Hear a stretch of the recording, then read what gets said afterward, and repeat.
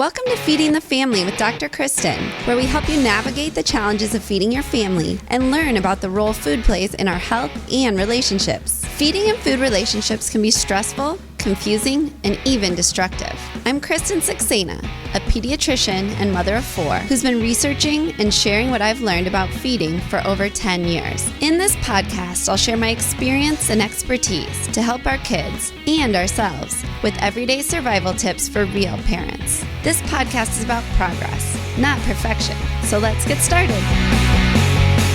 Welcome back to Feeding the Family with Dr. Kristin. I'm your host, Kristin Saxena.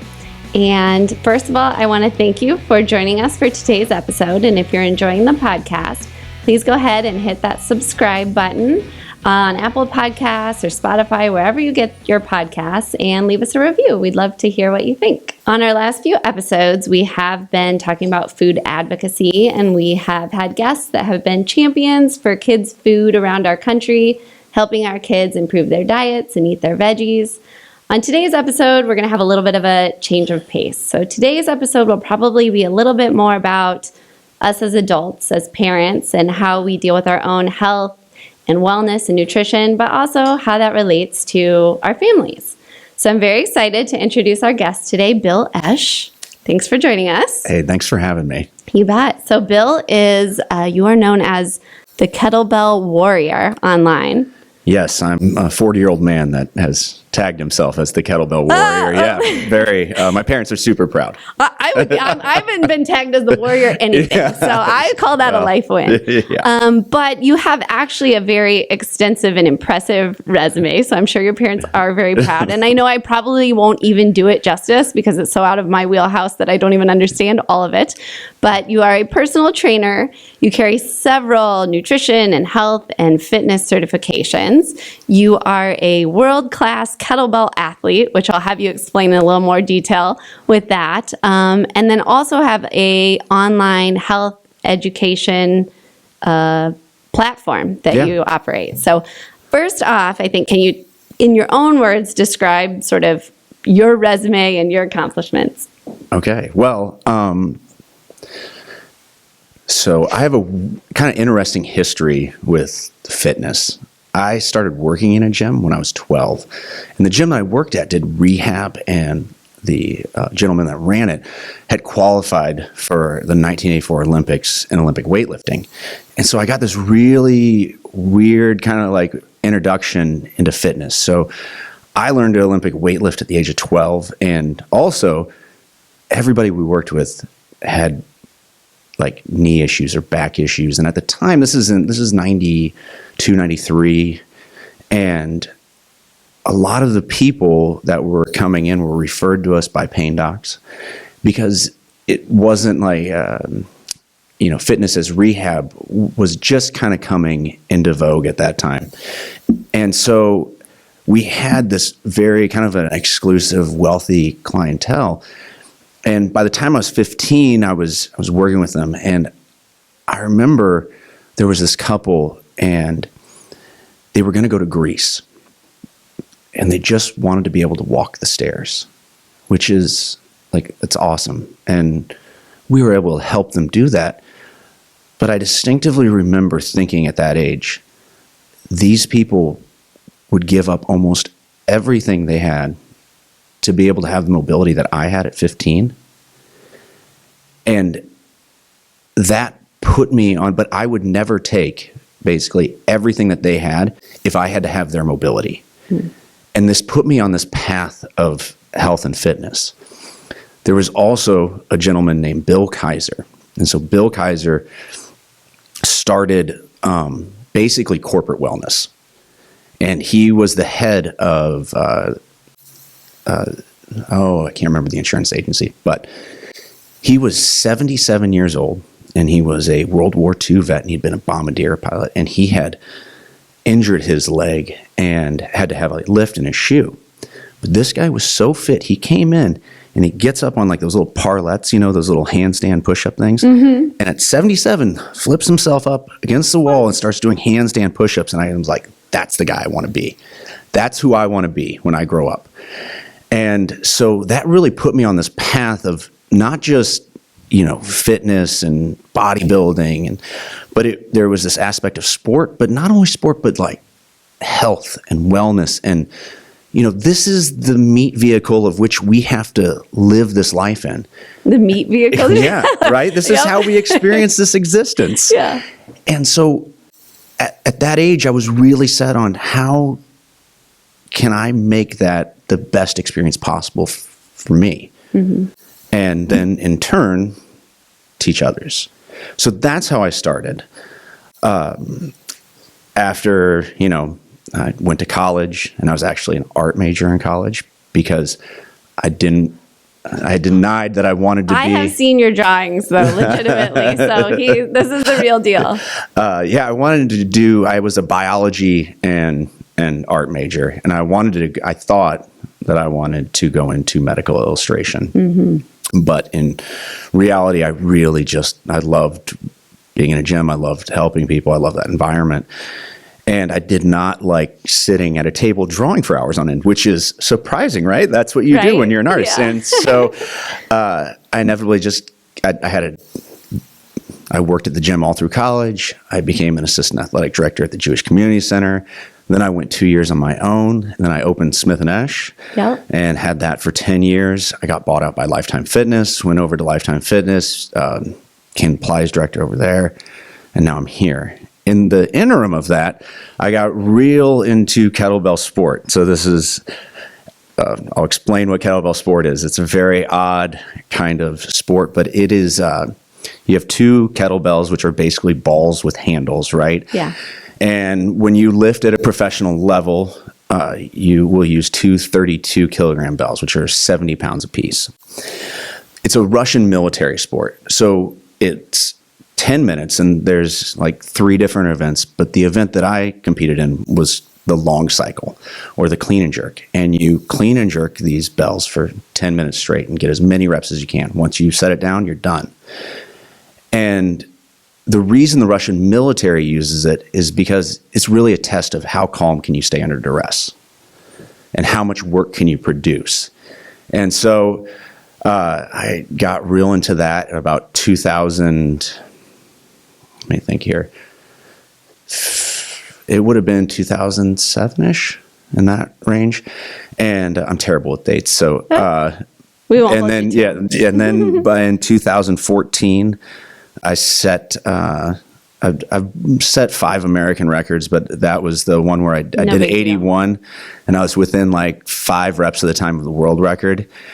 And so that was, I got super into that. But my Olympic weightlifting, learning to Olympic weightlift as a kid really helped me in being good at kettlebell sport. So yeah, that's been interesting. Okay. Well, I feel like that was a little bit humble because you kind of like dropped like, oh, I was the American champion, just 5 away from a world record. So congratulations. Thank you. First of all. I think we should make sure and mention that that's uber impressive. Well, thank you. Quite an accomplishment. I appreciate that. So. But I guess I should backtrack a little bit and talk about even how I got to know you. So Bill actually went to high school with my husband, Shakar, but I really got to know you because I actually came to this gym, Smith & Esch, when you owned it. And my husband kind of talked me into it. He's like, oh, I know Bill. This is going to be great. And I would not have called myself a very athletic person, or I guess I still don't. But at the time, any working out I'd done was like running, or you do some like YouTube video or some sort of like aerobics, that kind of stuff. So I'd been to the gym, but I was one of those people that was always on the machines, like ellipticals, that kind of thing, and was never comfortable like knowing what to do with weights. Right, like that looked hard. That was boy stuff. I didn't know what to do. So it was just kind of outside of my comfort zone. So I come here and I was like super nervous. And like, what did my husband talk me into? Like full of just like free weights, and people are like deadlifting in the corner. I didn't probably even know what that was at the time. But I went, and honestly, you had trainers that worked with you, and you guys were incredible. So it was all just like meeting you where you were and getting you comfortable with weights, right? So, And I mean, I think if you look at the research now, that is a lot where it's at. I think that in the past, there's been such a cardio emphasis for people in exercising back when we were kids and things like that. And now, you know, people are really starting to see how important that is, not only in your current health, but maintaining long-term strength. So really, I think that that was huge. And if I could encourage from that experience, I mean, I would say I've taken that now. I mean, my husband and I, we do weight training 3 times a week, like legitimately doing deadlifts, and I'm lifting like big weights. I own a weight belt. Like what? Who would have thought, Whoa, you know? hold on. Right? You have a weight belt now? I have a weight belt, right? Wow. I know. I'll take a picture and send it to you. Please do. But That's awesome. I'm just saying, like, it was just that piece of like finding that way to get comfortable with that. And then once you get comfortable, it's not so scary and intimidating. But I think for a lot of people, and I would guess more so for a lot of women in particular, it's just that piece like, I don't know what to do. I'm going to get hurt. I'm going to look stupid. I'm just going to go back to the elliptical machine. So I think that piece. And then what I always loved in training with you was it was always just about, it was like really long-term health. How is it, you know, thinking of the long, you're not going to abuse your body. We need to talk about maintaining your function. Like you said, be that 77-year-old guy doing the crazy push-ups, although I don't know that I'll ever get there. But the same thing is, it's like maintaining that function. And I think that that's such a life skill that I learned, you know, like what, my early mid 30s, something like that, basically, which I would be super interested, you know, you as a father, you have 2 kids, right? 10 and 6. Yes. So as I look back, I think, well, wouldn't it have been wonderful to have learned that skill, and probably a lot of other ones that you can share with us at a much earlier age. So as a dad, how do you implement that, like kind of within your own family life? That's a great question. A lot of it is play at this point. Mm-hmm. They're 10 and 6. And, you know, I try and expose them to different sports and make it as enjoyable of a process as possible. My wife and I work out. Like, my wife's the Pilates instructor as well. And so like, we had that in common, and among other things, but it's obviously a big part of my life, yeah. right? And so, and it is a big part of hers. And so we will, well, when I first met her, let me take a step back. I pretty much knew, I'm like, oh, this is it. Because I walked into her apartment, and instead of having a couch, she had a reformer. I was like, I'm like, here you go. This is a done deal. But it's a big part of our lives, and we both really, you know, intent and how you look at things is really important, really important. And so it's not, like you said, like if you don't understand it right, or you're not exposed to the right way, or it's a self-loathing process of like, I got to lose 10 pounds, or I have to, there's this right here, or whatever it is, which everybody does. And I don't want to be the bearer of bad news, but there's always going to be that, right? And so whatever you're doing, you want it to fulfill your life and make it better, and make sure that the time that you're spending doing it is worthwhile. And that was really, she had that attitude about it. And same with your eating, right? Like it's all very intertwined.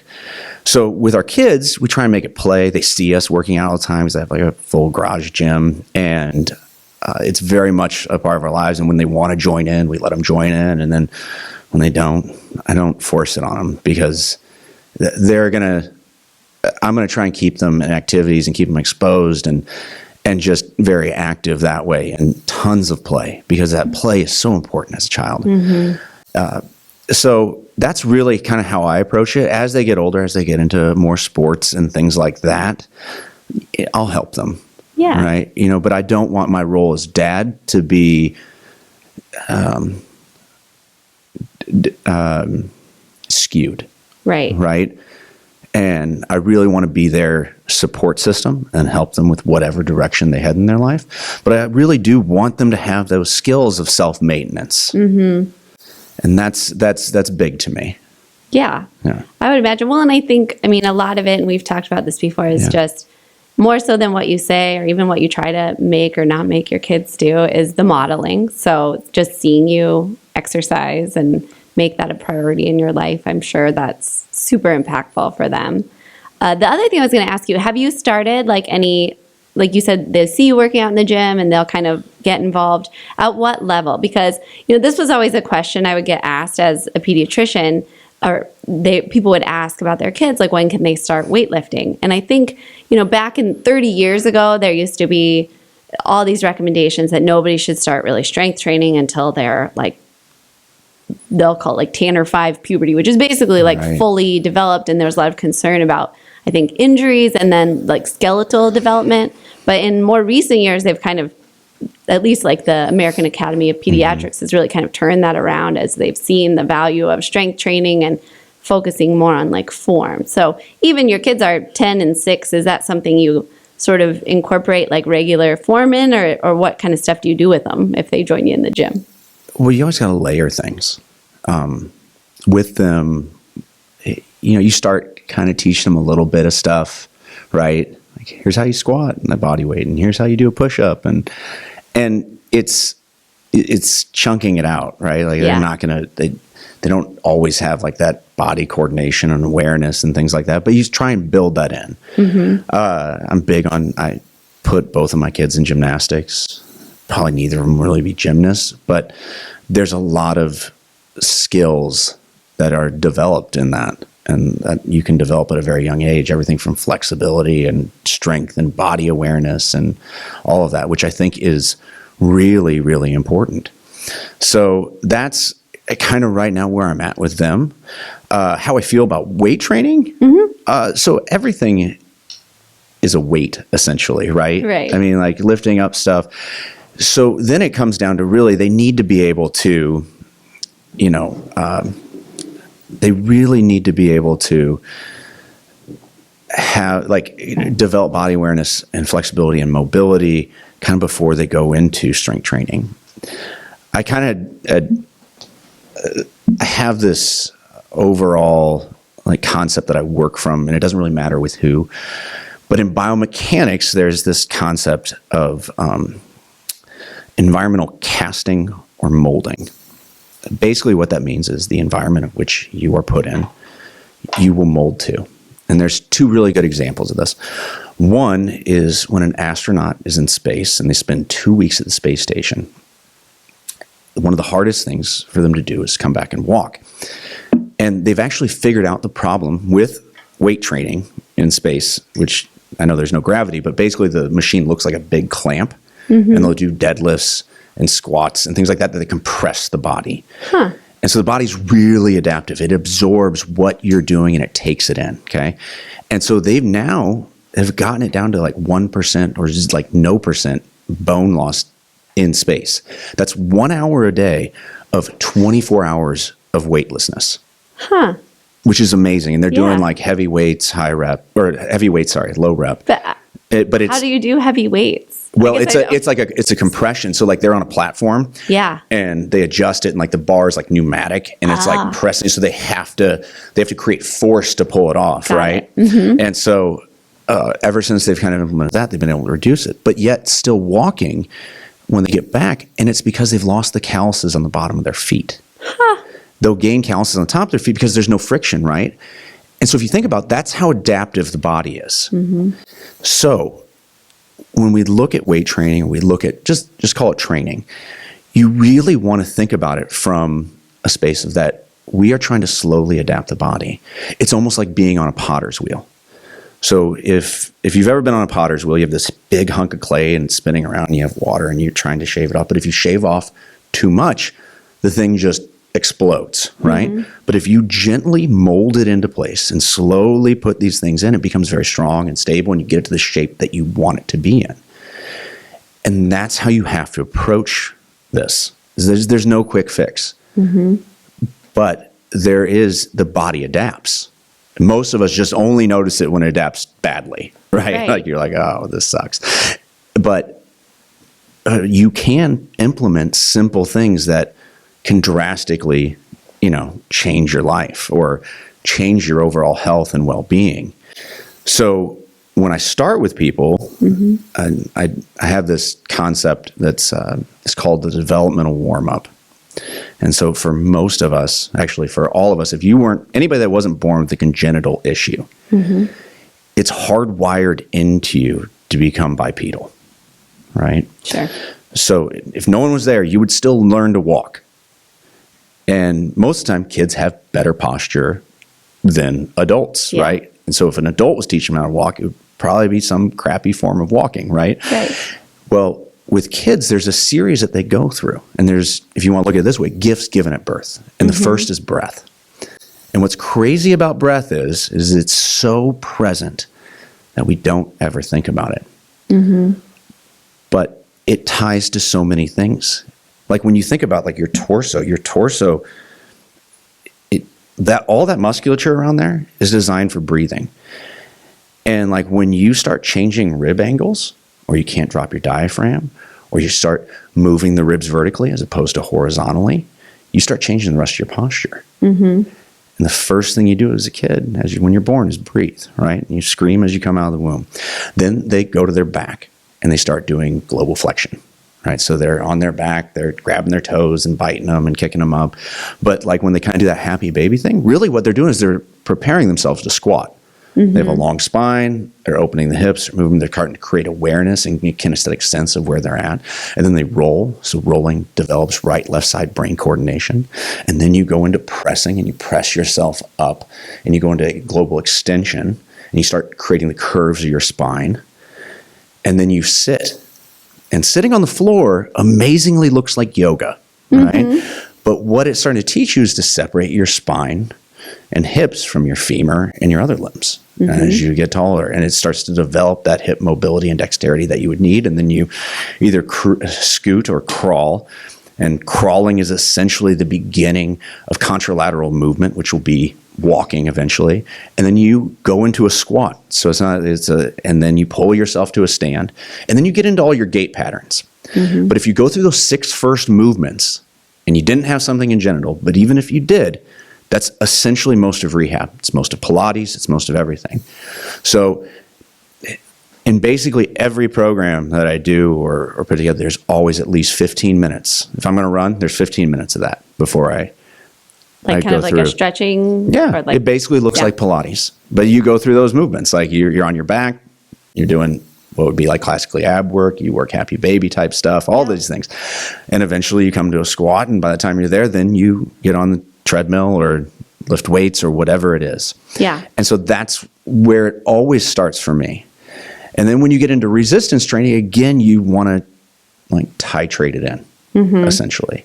Start off with 1 set of 10 and understand that as you add load to a movement, it increases the neurological signaling for that posture or pattern of what you're using. And that's why posture matters so much. And when adding to weight, so this becomes the issue with weight training is that you can reinforce bad neurological signals with bad posture and then it exacerbates it. And so you have a lot of kids, like they start at like 12, right? And when they start at 12, a lot of them can't touch their toes. And that's actually part of the growth curve at that time. Like I think for a kid to be able to sit in that sit and reach test and get to like a boy at 12 to touch his knees is like average. Like that's the standard. Right. Well, and I'm sure a lot of it has to do with what parts are growing at which rate and things of that nature as well. So 100% because the body just haven't adapted. And so there's things like that you need to be aware of. Right.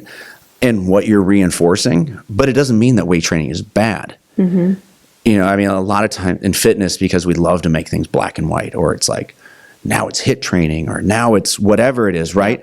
All of it's great. All of it has its place. The question is, where are you? Where is that child? Where do we need to begin? And what's going to make, what's going to help you progress and make your life better that way? Absolutely. Yeah. I mean, when you mentioned all those things, I always laugh because I remember when our kids were smaller, and I think it was around the same time we were training with you, and those kids would just squat to play, and we would be like, oh, look at that perfect squat. Like you look at a 2-year-old and you're like so jealous because you're like, oh man, look at it, And I would say that now at 40, I feel like that is the one thing that I probably regret, like from my whole previous life, is like I definitely never prioritize stretching or any of that work. Right. And I'm already feeling it now. And so I'm starting to get to the point where it's like, I better do something, or, I'm going to be that 70-year-old couple that can't walk the stairs. So like if there was one, because I'm always still like, well, what's the easy way? Because everybody's busy and it's like, I don't want to spend an hour stretching or whatever. Is there like something specific where you can go like, here's 15 minutes, here's a video, or here's something you can follow that's like the most bang for your buck? Because that's what I'm always looking for is it's like, I'm going to do this 15 minutes, but I want it to be the right stuff. Is there something you recommend for adults? Of course. I have a total selfless plug. Perfect. So no, all right, no. You did All right, not I will give multiple. Lead-in. I will give you. Yes, that was fantastic. By the way, thank you. So I have a program, a free program, of which has that 15-minute developmental warm-up in there, and so if you go to Instagram, Kettlebell Warrior, you can load in. It's called the 7-Day Savage Shred. Perfect. Which sounds very intimidating, but it's you'd be fine doing it, right? So, but it has that 15 minutes of warm up, and then this is, I would say, like a very like kind of like someone has done some stuff, but they're still like a beginner to intermediate level program. Anyone can make it hard, if you lift heavier, go faster, go slower, whatever. I mean, whatever variables you're going to change. But that has it. The other is there's tons of resources for like Pilates online, which is a great way to go. The other thing is if you're specifically trying to increase flexibility. So let's just say your hamstrings are tight. They are. Right? Okay. So there is... it's called PNF stretching, so proprioceptive neuromuscular facilitation. And all it really is contract, relax stretching. So wherever you're tight, you can do this partner, you can do this by yourself, right? So you'd be kneeling, and you set your leg out in front of you, and you'd get it into a stretch position, and then you're going to contract into the floor for like a 5 count. As basically as hard as, like at 60%ish, right? And then you're going to relax. Relax the muscle. You're going to take a few breaths, and then you're going to try and sink a little deeper and then contract into it. And the thing with that is that a lot of people just treat stretching as if it's like, oh, I'm just going to hang out here. Yeah. And this is boring. And most of it hurts, right? Most of it's like, you're like, But really what you need to do is set a neurological signal. You need to set the signal for a range of motion or strength to be had. So in relaxed stretching, the idea is that you have like a truly chronically tight muscle. And most people's hamstrings aren't actually chronically tight. They're chronically taut. So when you look at the origin and insertion of the hamstrings, they, attach down on the bottom of the pelvis and then just kind of typically behind the knee, right? Right. Kind of by the calf almost. And when you have like an arch to your back, which most of us do, and we have actually tight hip flexors or iliopsoas musculature, which comes back to breathing, but I can talk about that later, is that the hamstrings are lengthened. And they're kind of like a stretched rubber band. And so they don't have anywhere to go. These like myosin and actin cross bridge fibers of which pull the muscle open and apart, like they don't have that far, so they don't have that signaling. So what you want to do is set that signaling. You want to teach them to contract at that state. And then you actually would want to stretch your psoas and, and all the, and basically like the quad musculature and things like that. But the contract, relax stretching gets right into it. It teaches, you're starting to teach your body the length that it can go and have strength in that range of motion. Where like just relaxed stretching, you're actually calming the nervous system down. Where you're not setting, you're like, just be cool. Don't do anything. Just stay there. Don't rely. You don't have to do anything. But when you set things with a strength intent in mind, or that like you have the ability to reach that range of motion, it makes a world of difference. Yeah, that makes a lot of sense. So I will move on. I would be remiss on my Feeding the Family podcast if I didn't ask you a little bit about how you eat at home with your family. So can you, maybe the first thing is to just kind of give us a general idea of how do the Esches eat dinner? How do we eat dinner? That's great. So first off, it's super important that my wife, who's really in charge of our food for the most part, we both cook. I shouldn't totally say that, but she is. We both cook. We both go to the grocery store, and we probably alternate every night. But she's really the captain on this. We'll just say. You bet. Well, there always has to be one person in charge. Or it's a mess. So let me think.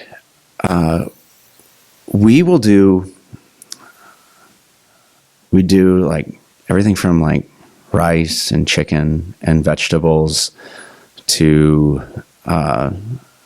family pizza night, right? Yeah. And kind of everything in between, but we really try and keep very consistent in our food. And, I'm trying to think, we had steak and potatoes and broccoli the other night, and the kids have the same stuff. Yeah. So it's pretty basic in that sense, but there's things that we do in our house that like a lot of families, like we don't have cereal. Okay. Right? Yeah. We don't have, we do have bread, right? So it's not like I'm an anti-carb person or things like that. We don't have very many juices around, or if we do, we try and make our own. I'm trying to think about, because sometimes you just get in the rhythm of doing this, right? Sure, yeah, it's hard. It all becomes normal to you. But Right. so is there, the cereals and juices, is there any, you guys don't follow then like any particular diet? No, we're not like paleo or keto, or we just really try the very whole foods diet. I mean, the idea is that I want my kids to have a really good relationship with food. Yeah. I don't want them to be neurotic. And I mean, I don't want anyone to be neurotic with food, right? Yeah. And that's what we try and model. So even like we occasionally will have like ice cream and stuff like that in the house, and chocolate covered almonds and that type of stuff. But we really try and reduce the amount of processed foods in our house. And I don't want my kids to be weird about it. I don't want them to go over to someone's house and then just like they've been kept away. So yes, if it's more just like, if we're going to do it, we got to travel someplace to go do it, right? We got to go to wherever, the grocery store to pick it up. Right. Right. It's not just there, right? They're going to have choices of bananas and apples and, pears and grapes and other things. And they hate us for it at times, right? Yeah. But then when it does come in, they're pretty thrilled about it. Yeah. So it's always like kind of with them, I try and make sure that our meals are really good. And then, you'll find, very occasionally you'll find, boxes of whatever. I don't know. I'm trying to think of what we have in boxes right now, but we try and keep that to a real minimum. Sure. So mostly, that makes a lot of sense. So you guys mostly cook at home, you would say? Yes. Yeah. Yeah. And no particular diet, which I love, I think, coming from someone like you, because I think, people watch your Instagram and they see your abs and it all seems very unattainable. And I think that sometimes that's the kind of stuff that makes, you start to believe, well, the only way that I can get in really great shape is to do some crazy diet, right? And so it's like, I'm going to just eliminate all carbs, or I'm going to only, all paleo, all this, all that. And it's never sustainable, I think. And I also think, like you said, it's a lot about what you're modeling for your family. Right. And so I love that you have just kind of like, we're just going to have a real food, a whole food approach. And we're not going to be crazy in terms of like, no sugar for anyone ever. Because like you said, then the minute that you're out of the house, of course, what's the first thing you're going to go for and just gorge yourself on? Because I never get this at home. And then it just creates there's just such a psychological piece to that, to restriction, I think is probably, and that off limits piece that not only for kids, but I think as adults. And I think that's why that mindset as a diet, whether as a child that it's being imposed on you or as an adult trying to impose it on yourself, it almost always fails, because in the long run, I think ultimately what we all want is what we've been told we can't have, whether it's by your mom or dad or it's by yourself. Right. So I think that's awesome that you guys do that, and it's amazing that works. But so the other question I had that I kind of talked to you a little bit before is, at the same time, you clearly have a more intense exercise routine, I would think, than maybe the average person. Or maybe I'm wrong. But I guess the question is, how do you fuel a world-class athlete and a 6-year-old boy at the same meal? Similarly. Mm-hmm. I mean, it's fun. I mean, a lot of it is, I'm trying to think of where to start with this. A lot of it is very simple. I mean, like if you go out for a nice meal and you get salmon and rice and like some type of asparagus, right? I mean, it's great. You go to Mahogany and you get it's a really nice, steak dinner there. Yeah. Those are all really great meals. Mm-hmm. I mean, they're going to fuel you really well. You're going to have a very well-balanced plate. Mm-hmm. There's a lot of things that cause a ton of inflammation. And if you were to think about like your health as being a boat, and people want to obsess about, well, what vitamins, what supplements are you taking? What, and I'm not like, I'm all for high quality vitamins and supplements and, vitamin D and fish oil are great things. So I don't want to poo poo them. But the thing is if like, let's just say sugar, mm-hmm. Might be questionable, but processed dairy can cause a lot of issues. So sugar, processed dairy, alcohol, mm-hmm. any type of like really refined carbohydrate, and any type of just refined fats, right? Yeah. I think I'm kind of covering the basics here. If those were drill bits and you were in a boat and the sealants were like, vitamins and all of that, the biggest thing you want to do is not drill a hole in your boat. Mm-hmm. And there's a lot of like gut health issues for people at this point, right? Yeah. I mean, that's why people go so crazy about gluten, right? Because gluten, historically, and some of the issues with like people have with bread. Mm-hmm. So when people talk about like whole grain, right? It's actually not whole grain unless it's in seed form. Mm-hmm. And at a certain point, you've processed it so much that they've had to vitamin fortify it. Yep. And like vitamin fortification, I think happened during, was it either World War I or World War II, when they were giving the soldiers cereal because it was light and easy to carry, but they started getting scurvy because there wasn't enough nutrition there. So they started vitamin fortifying it so that it had like 2,000% vitamin C or whatever, right? But it was just so they wouldn't get sick. But I hope for more than that, and that I live a life that is more like, there's more than just not being sick, but it's vibrant, right? Mm-hmm. And so that's a lot of is reducing that inflammation that's coming in, right? I mean, we don't have pop at our house, right? That's a big one. Yeah. Pop and like juices and things like that are just loaded with sugar. What about diet soda? Do you drink No, I do not drink diet soda. I try and stay away from it as much as possible. And I get that people like it and occasionally, and I get having things occasionally, right? Sure. But what ends up happening sometimes when I break down nutrition for people and we go through and we talk about the standard American diet. So most people will get up in the morning, they'll have a bowl of Cheerios. And so they have a completely refined grain of which has been vitamin fortified. So keep that in mind.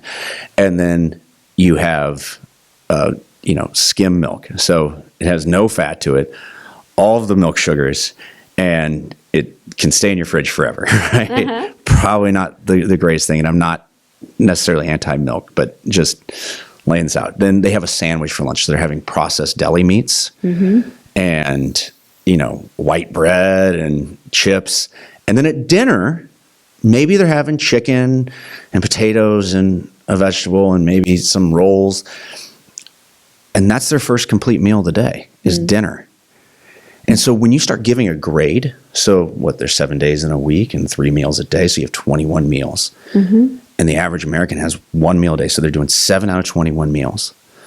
Well, if that was a grade, you have a 33%. And this becomes the issue for people trying to change that because eating is a social, emotional, spiritual event, right? Yeah. That is 60 or 86% of all serotonin is produced in the gut lining. Mm-hmm. So what you eat does affect you, right? And so you have someone that's sitting at a grade of a 33%, and now they double their effort. So maybe now they're having like eggs and toast and maybe bacon and water and coffee in the morning, right?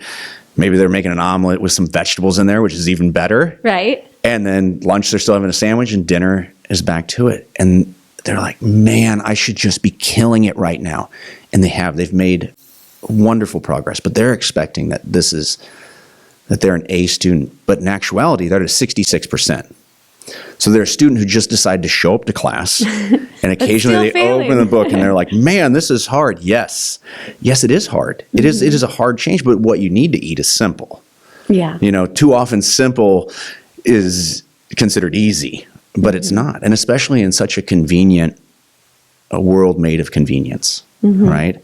And that we have food constantly available to us. And so I guess in a way, I think of it kind of like social media, right? Social media can be great, right? You can connect with people that you haven't seen in years. It can also be very, very dangerous. And so now we can get fruits in the middle of winter. We can get fruit. We can get food, whatever food we want, we can get right now. I can go to a grocery store in 10 minutes and get anything I need. Yep. The question is, now I have choice. It's not forced upon me. And so now I have to make these choices and understand maybe what's driving my emotions or my choices, right? And that sometimes if I can just start the habit of certain things, those emotions won't be there, and I can start creating better habits. Yeah.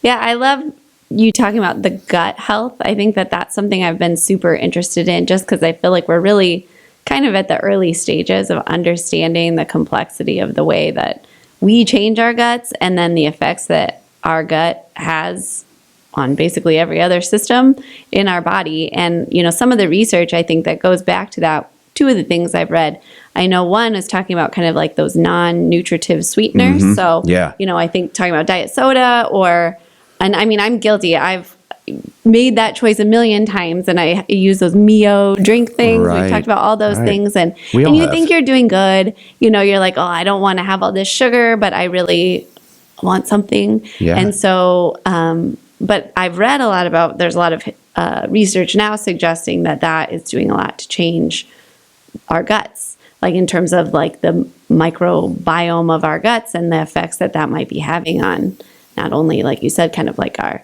mental health, but our cardiovascular health and diabetes and all kinds of other things. And then, the other thing when you were talking about gluten, and I know a long time ago too, I read that some of people's sensitivity to that might not even be the gluten, but like all of the other, it's really just the chemicals that are coming with our wheat and the way we're treating our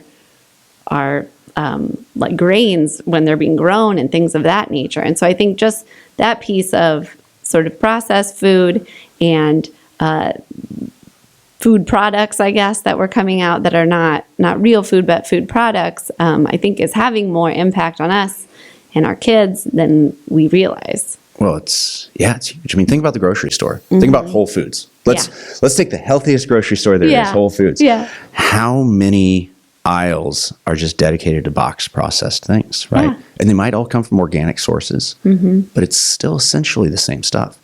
Where the outside of the grocery store is very good. It's all going to be very fresh. It's going to be, even your frozen aisle is going to be pretty good. Sure. Right? Frozen vegetables are pretty close to as good as fresh. Right. Some cases better, depending upon how. Because I think they'll freeze them when they're at their prime. Yeah, so exactly. It's better even than what you might get. Yeah, and it really does. It comes down to having this real education about food, right? I mean, like gluten. The interesting thing is gluten is so nothing's actually, like with gut health, and I think gut health is a really hard thing for people to understand because nothing's actually in you until it's in your bloodstream, right? And so everything that you eat, I don't care how organic or how much that animal has been loved before you eat it or plant or whatever, everything has protective mechanisms to not be eaten.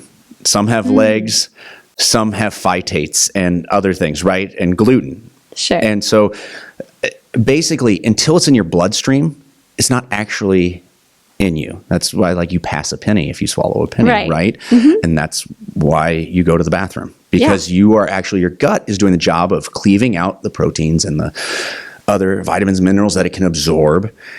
And then it is passing through that of which is toxic to you. And so when, the issue with gluten, I'll just use this because I understand it a little bit, is that it upregulates an enzyme called zonulin. And zonulin will separate those cell junctures of the stomach and make those, is it villi, right? Microvilli. Like it'll make them actually kind of shorter. And so it allows for more things to pass through. So you might start getting other allergies in there, right? And so like a leaky gut. Yes, yeah, which is really common. I mean, it's way more common than not, I think, a lot of the time.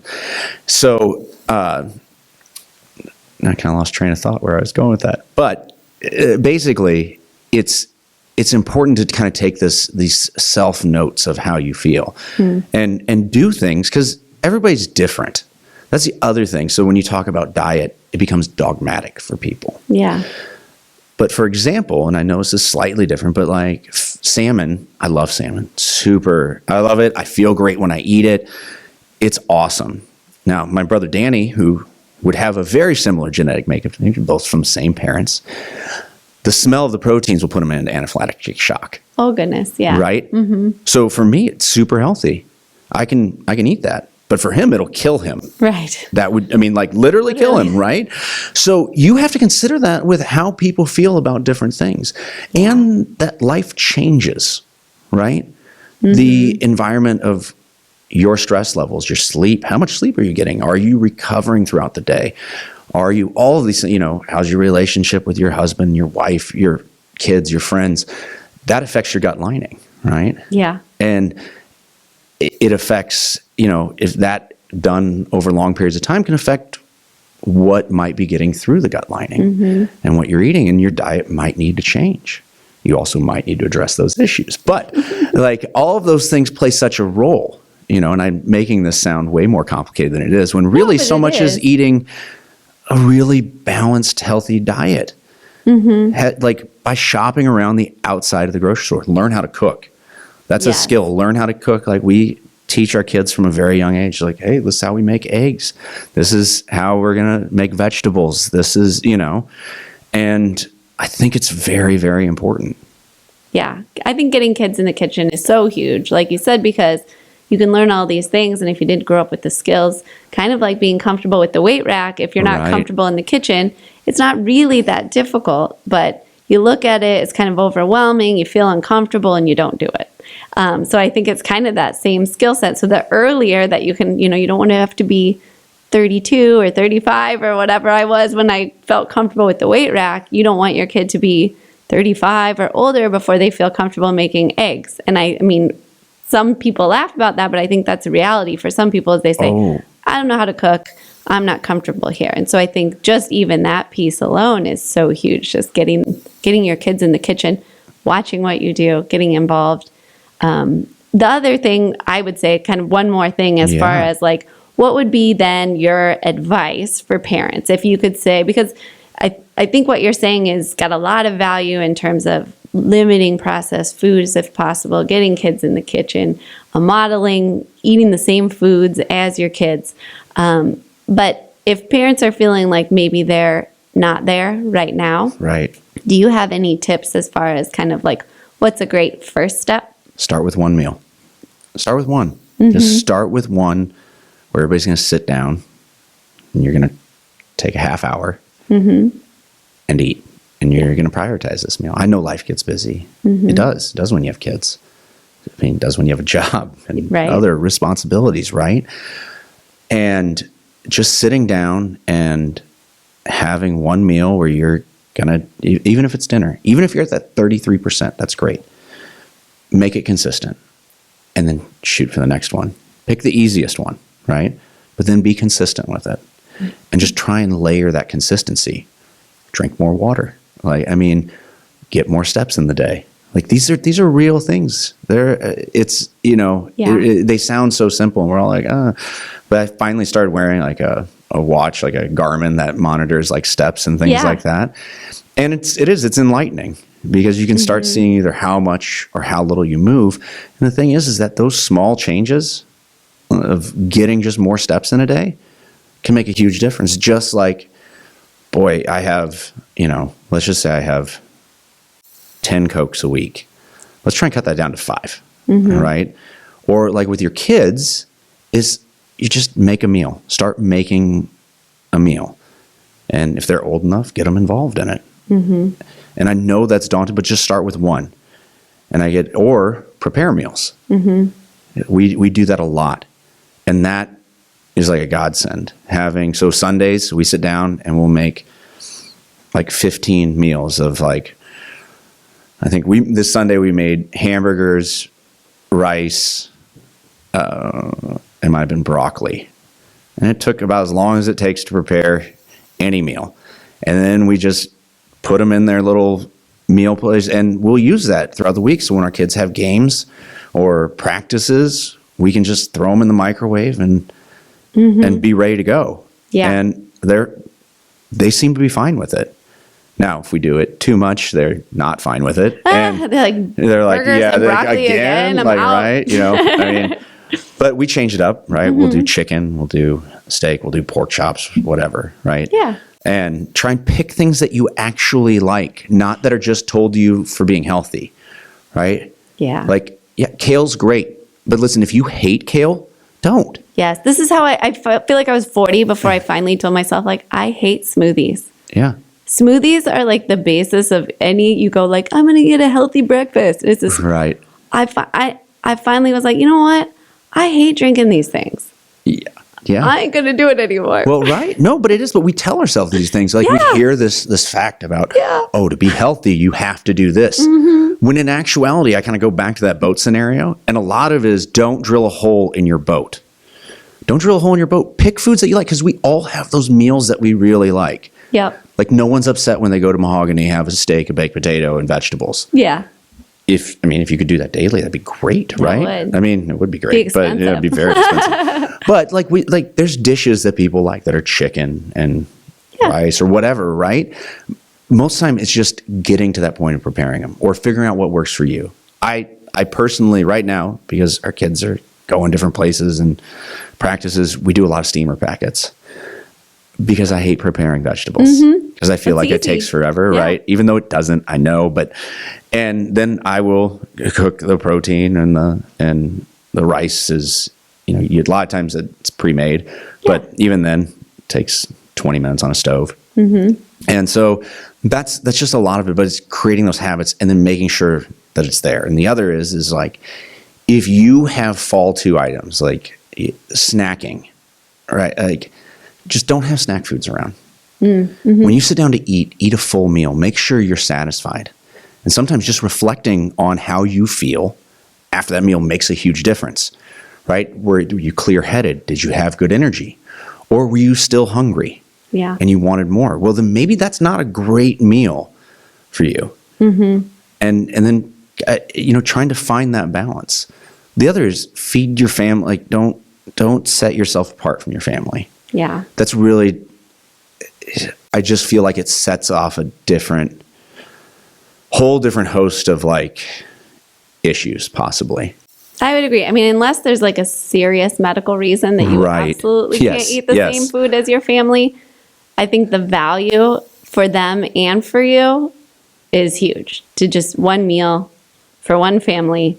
And I think that alone sets you up for a ton of success, you and them. Yeah. 100%. 100%. Awesome. Yeah. Well, I think it is probably time to move on to our next segment of our podcast. So I don't know if you're familiar. We do have a segment that is called Ask Me Anything. And I do have some questions. So I have to say, I feel like these questions that I got are definitely Ask You Anything. I don't think people really wanted to hear these answers from me. So my first one is from Steve. And he said, what do you recommend for beginners in terms of using kettlebells? How can you make sure you have good form? Because it seems like you could really hurt yourself. That's a great question. And yes, you could.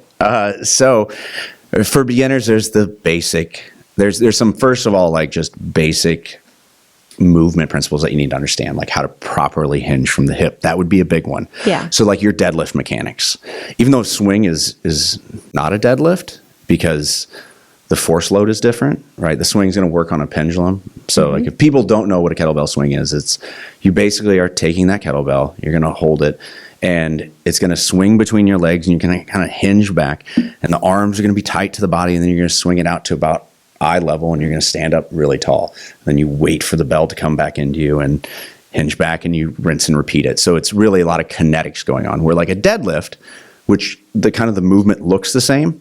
The force load, you're just dealing with gravity. So like there's, as opposed to the bell's inertia coming into you, you're just standing it up. And so before like anything, you want to learn how to deadlift properly, how to brace your spine and back and things like that. So learn to deadlift, do you think, before you try to do any sort of like kettlebell swings? Yeah, I would. And then when you progress from there, there's a number of different drills you can go to. If you go to like my Instagram, I have a ton of like how to do kettlebell swings better, how to goblet squat, how to snatch, how to clean. But that's kind of where to start, like learning how to goblet squat, how to, I guess kettlebell swing, goblet squat, Turkish get up is probably a good place to start. It's where you have the weight up and you stand up from the floor and come to a stand position and then lay back down. And then there's just pressing it and things like that. But really where to start is you want to get that two-handed swing down, and then you move to the one-handed swing.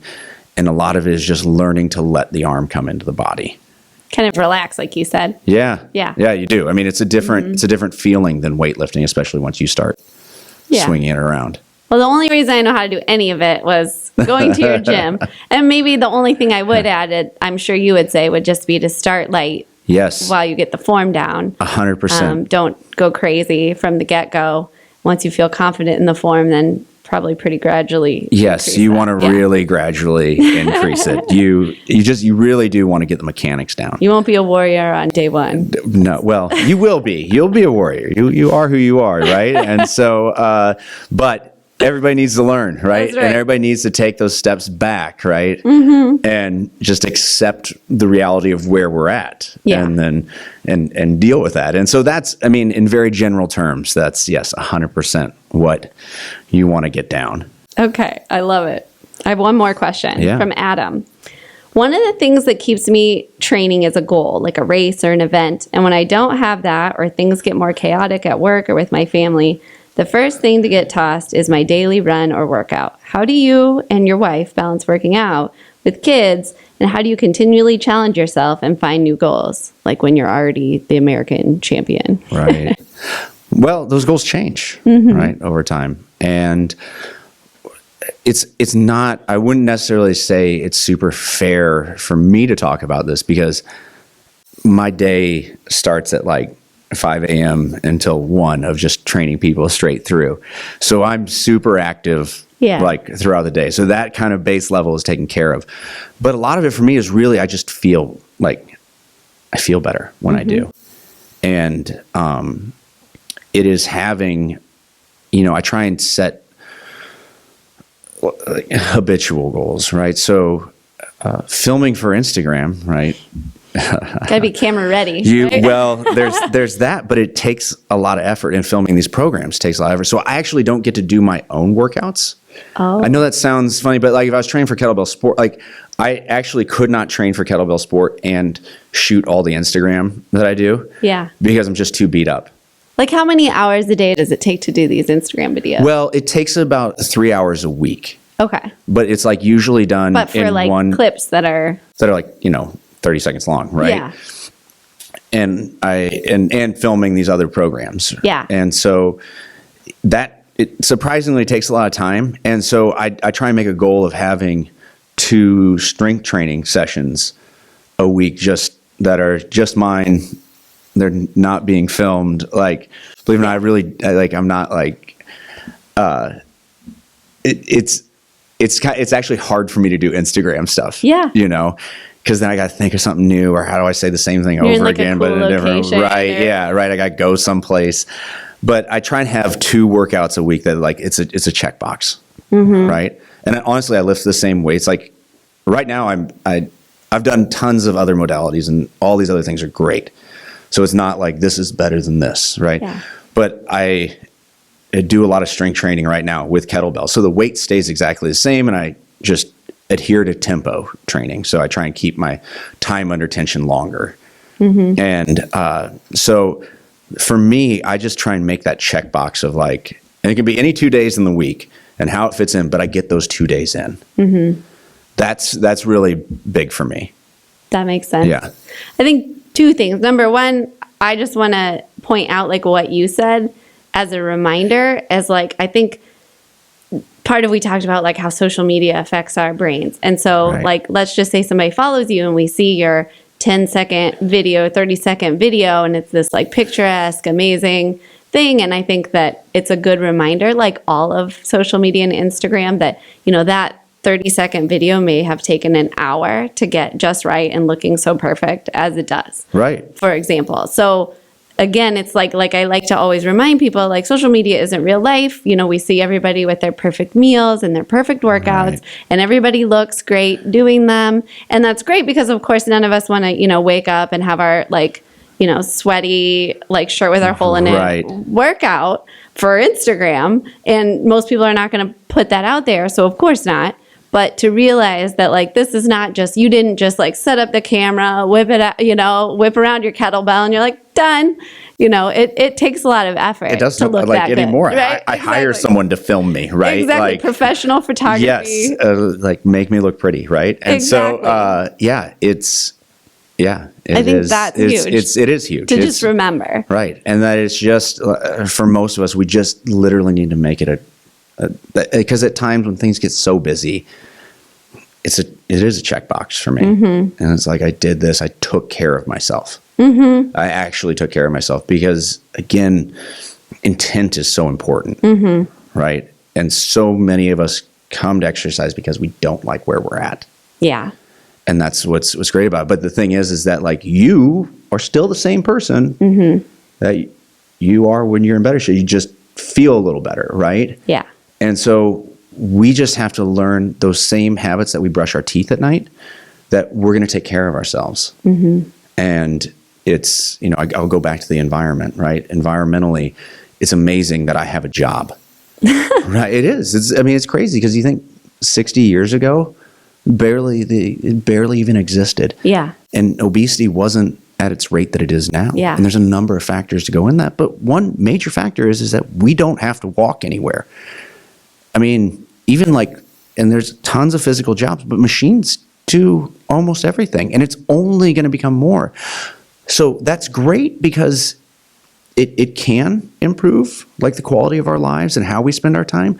But now we have to dedicate time to take care of ourselves. And learning how to do that becomes tricky because there's so much information out there.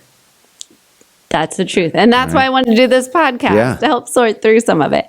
I think the one last thing, like, on this question, what it also brought to mind, because I can relate to this a little bit. I feel like, you know, if something gets really chaotic or you kind of have a new stressor pop up, I would say for me too, in that first blink, sometimes the first things to go for me are those, like, the workout and the taking care of yourself. Or maybe you get up early to work on stuff and you lose out on sleep. So I feel for Adam in that, like, that first tendency is like, that's got to go because I need to deal with X, Y, or Z.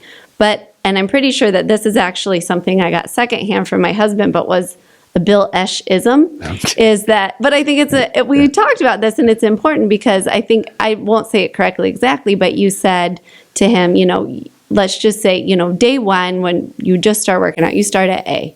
Right? And you build up and you're making progress and you're getting better. And life happens. Maybe you get hurt. Maybe you have stressors. You got to take a week off, etc. But you don't fall all the way back down to level A. You know, maybe you were at Q and now I'm going to have to remember my alphabet. You're at K or something. So either way, you've fallen, but you didn't fall back down to where you started. You just fell down a couple notches. So that climb to get back where you were isn't as steep. And I think realizing that you've got this history of habits now to fall back on.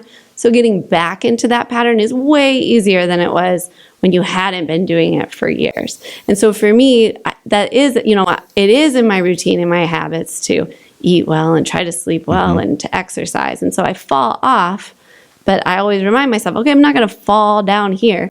We're going to take care of business, and maybe we didn't get our workouts in or whatever this week, but you know, all is not going to fall apart. I'm not going to be totally out of shape in a week, and I'm going to be able to just get back at it because I've created these habits. So it's actually not that hard. Good and bad habits are easy to fall back into. So when you start creating those good habits, it becomes that much easier to kind of fall back into, okay, we're back in the swing and doing our workouts and stuff like that. So Yeah, 100%. I mean, it is about building and trying to build that foundation longer, right? Which then it makes it wider. And it is not as difficult to get back into.